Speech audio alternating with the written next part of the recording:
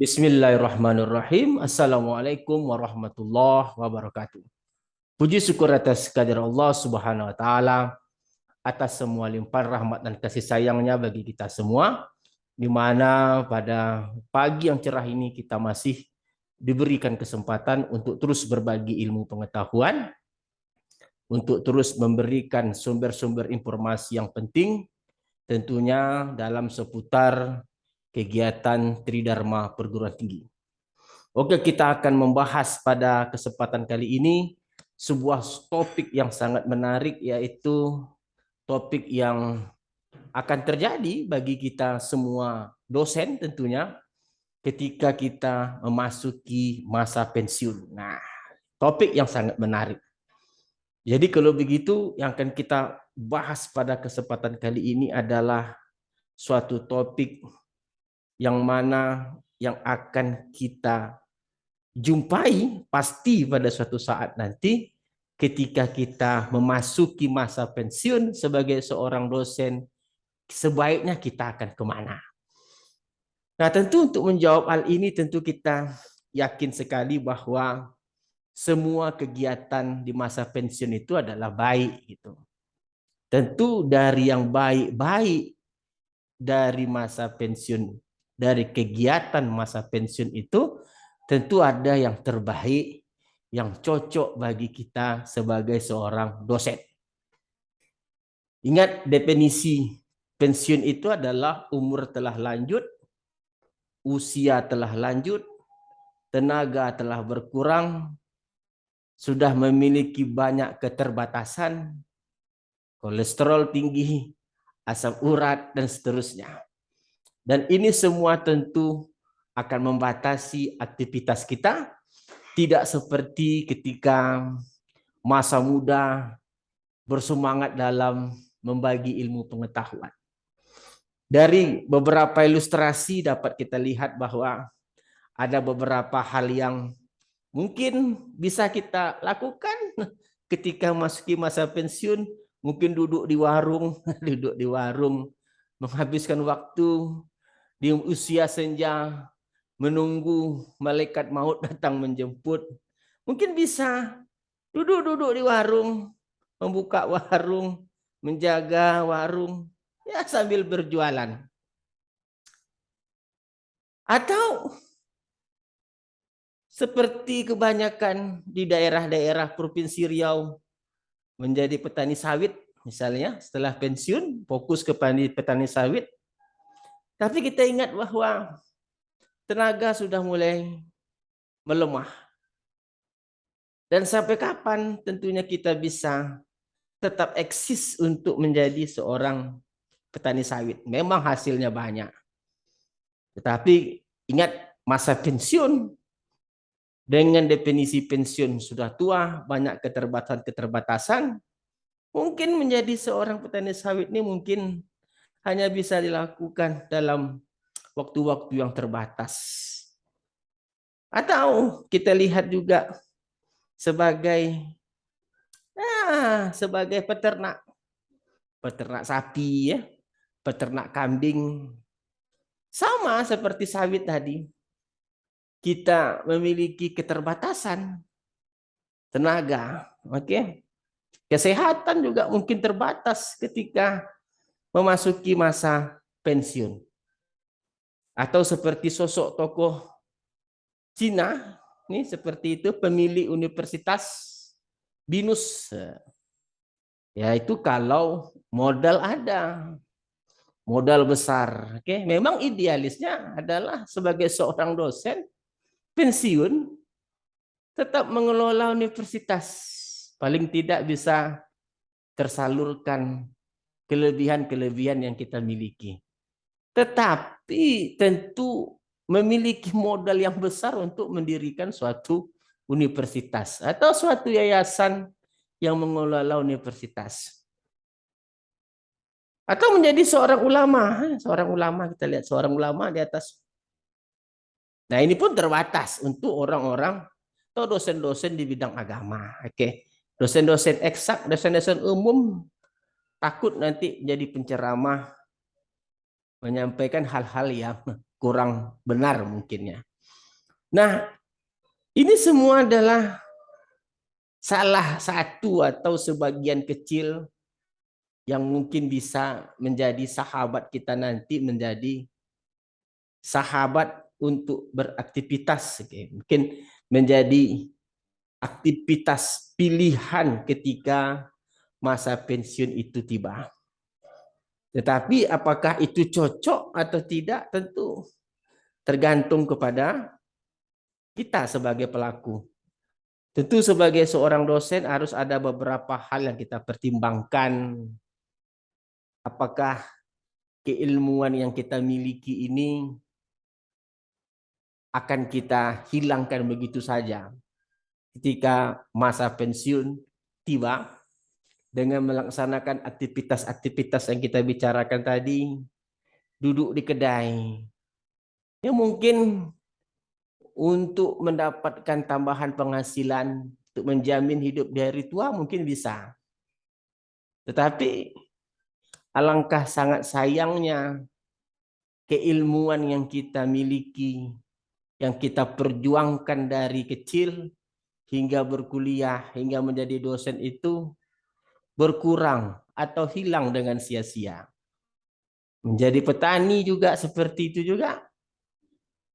Mungkin kesehatan mungkin sudah mulai tidak fit lagi ketika muda, tidak memungkinkan untuk fokus 100% di pertanian.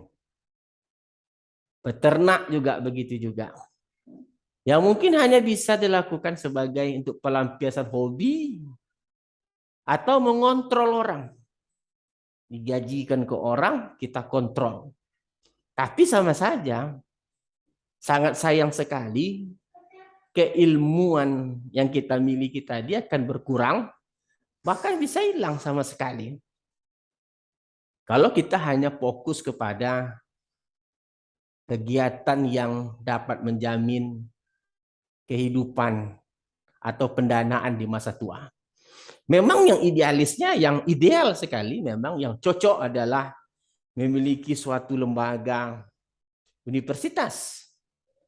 Tapi seperti yang kita bahas tadi, berapa modal yang diperlukan untuk mendirikan suatu yayasan, paling tidak yang mengelola suatu perguruan tinggi atau sekolah tinggi, atau sekolah-sekolah untuk siswa-siswa Indonesia.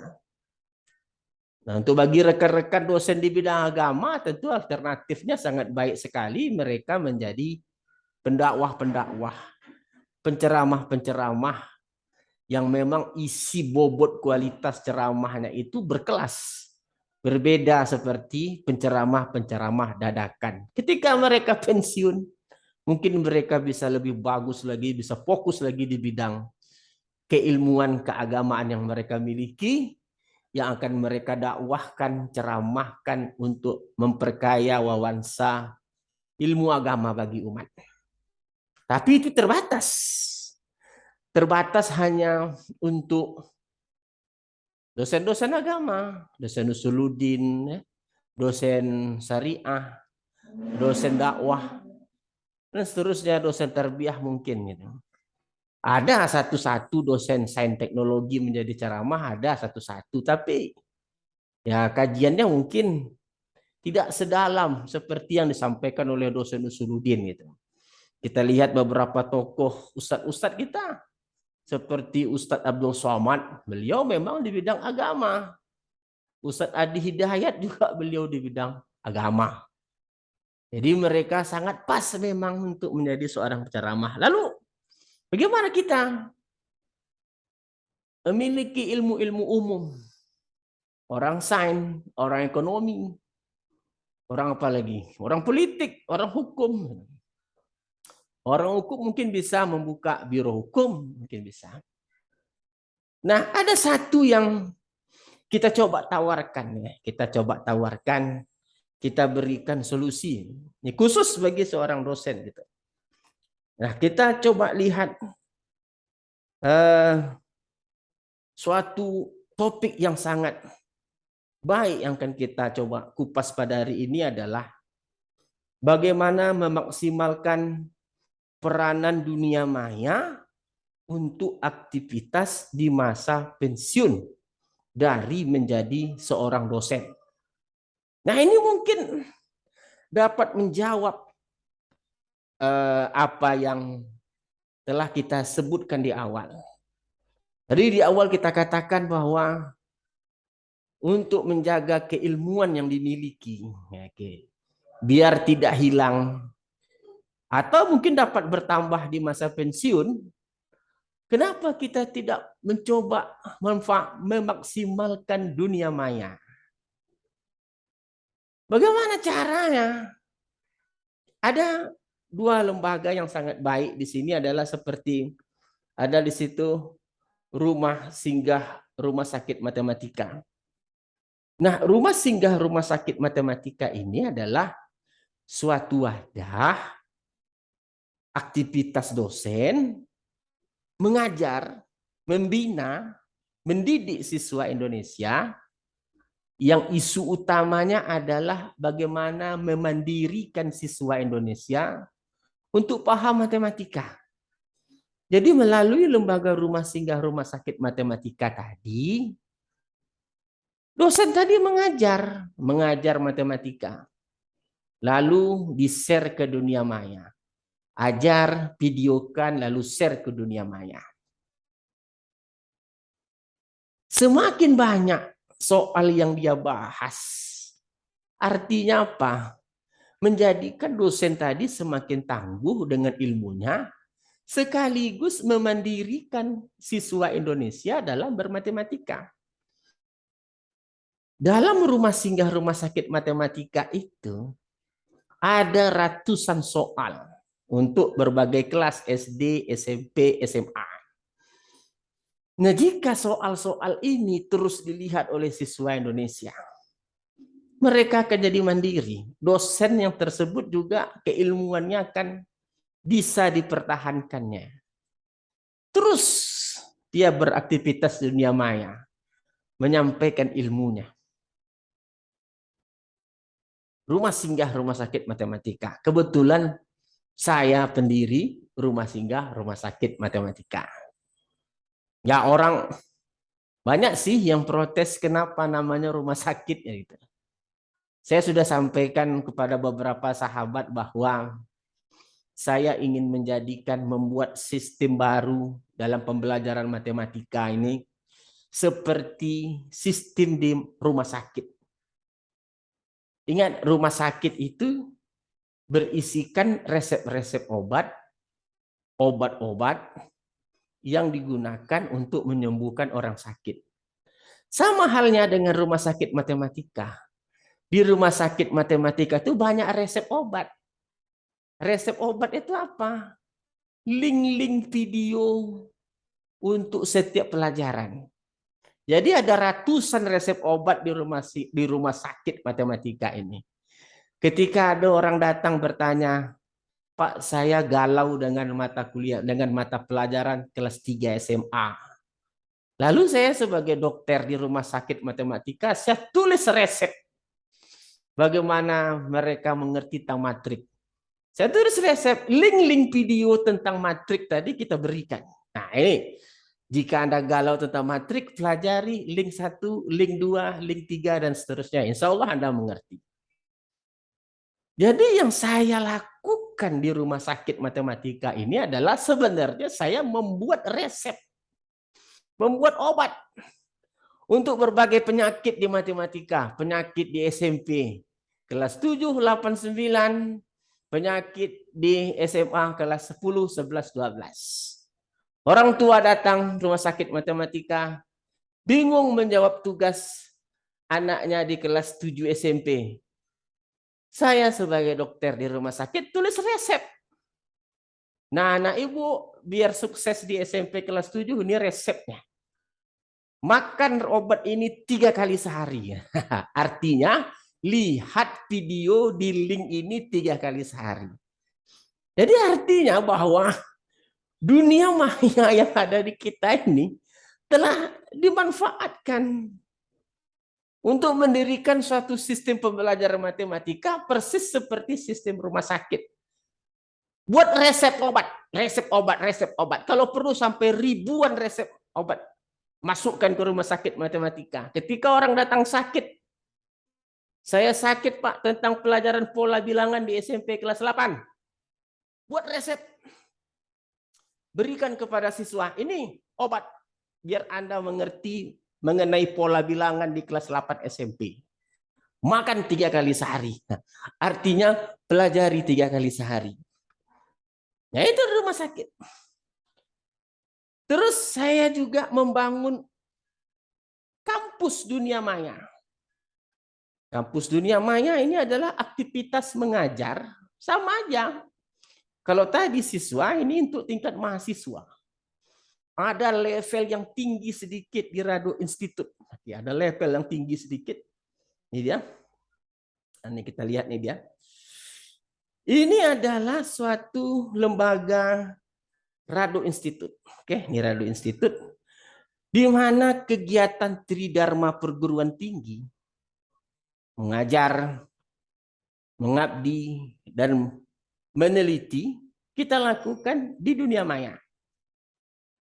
Jadi dalam Rado Institute ini sudah ada 500-an aktivitas Tridharma perguruan tinggi. Untuk mengajar, kita bagi menjadi 3 item. Ada praktikum, ada membahas soal, ada mengajar. Lalu ada bedah riset artikel sebagai wujud penelitian, lalu ada pengabdian masyarakat. Ini sudah mendapat pengakuan dari Rekor Muri Indonesia. Nah kalau begitu, isunya sekarang adalah coba Anda bayangkan, kalau saya pensiun. Kalau saya pensiun, saya tidak duduk di warung. Saya tidak tengah berdiri di panas-panasan di kebun sawit. Saya tidak bergelimang dengan baunya kotoran sapi. Tetapi saya duduk di meja, beraktivitas melaksanakan Tridharma perguruan tinggi. Lalu saya share ke dunia maya. Terjadi interaksi di sana. Ada berbagai macam testimoni yang diberikan kepada baik rumah sakit matematika maupun kepada kampus Rado Institute. Ada yang bertanya, kita jawab. Ada yang menyatakan rasa terima kasih. Ya kita mintakan doa bagi mereka agar kita sehat terus. Jadi masa pensiunnya diindah. Saya pensiun tetapi saya mengelola rumah sakit dan kampus. Tidak perlu modal. Tidak ada modal di sini, nggak ada modalnya. Hanya modalnya adalah ada paket internet. Itu aja modalnya. Ada kamera untuk nyuting. Dan tentu yang paling utama adalah isi kepala dengan keilmuan matematika tadi memang dapat dipertanggungjawabkan. Dapat kita share kepada dunia maya sehingga dapat dilihat menjangkau seluruh siswa Indonesia ataupun mahasiswa Indonesia dimanapun Anda berada. Oke, bagi rekan-rekan dimanapun Anda berada, kalau mau tahu seperti apa contoh, mau coba-coba nanti silakan saja masuk ke Google searching. Kalau mau melihat rumah singgah rumah sakit matematika, klik aja di Google searching, ketik rumah singgah rumah sakit matematika. Anda akan jumpa nanti suatu blog tentang pembelajaran matematika yang seluruh isi blognya video, bukan textbook, bukan tulisan, bukan dalam berbentuk teks, tapi berbentuk audio visual. Kalau mau melihat Rado Institute, silakan ketik Rado Institute saja di Google searching. Anda akan lihat bagaimana saya melakukan aktivitas Tridharma perguruan tinggi melalui Rado Institute. Oke, perbincangan yang sangat menarik. Semoga di masa tua kita, dosen nanti ketika pensiun datang dan tak bisa. Hampir sama dengan maut. Tidak bisa kita mengelak dari maut. Pensiun pun gitu juga. Tidak bisa kita mengelak dari pensiun. Suatu saat kita akan pensiun, bro. Tidak selamanya kita duduk di dosen. Jadi ketika you jadi dosen atau you jadi menjabat, Jangan sombong bro, sebentar lagi pensiun. Nah kalau tidak siap dari sekarang, apa yang akan Anda pikirkan, apa yang Anda lakukan, Anda akan hilang selamanya dari dunia perguruan tinggi. Nah, masa dosen hilang ilmu gara-gara bertungkus lumus di tengah terik matahari ngurus sawit kan tidak mungkin. Atau hilang keilmuan bertungkus lumus dengan sapi kan tidak mungkin. Bisa saja itu menjadi hobi, silakan. Suruh orang ngurus. Jangan kita ngurus, kita mengontrol orang. Oke, saya rasa perbincangan pagi hari ini sangat baik sekali. Saya Rado Yendra undur diri dulu. Assalamualaikum warahmatullahi wabarakatuh.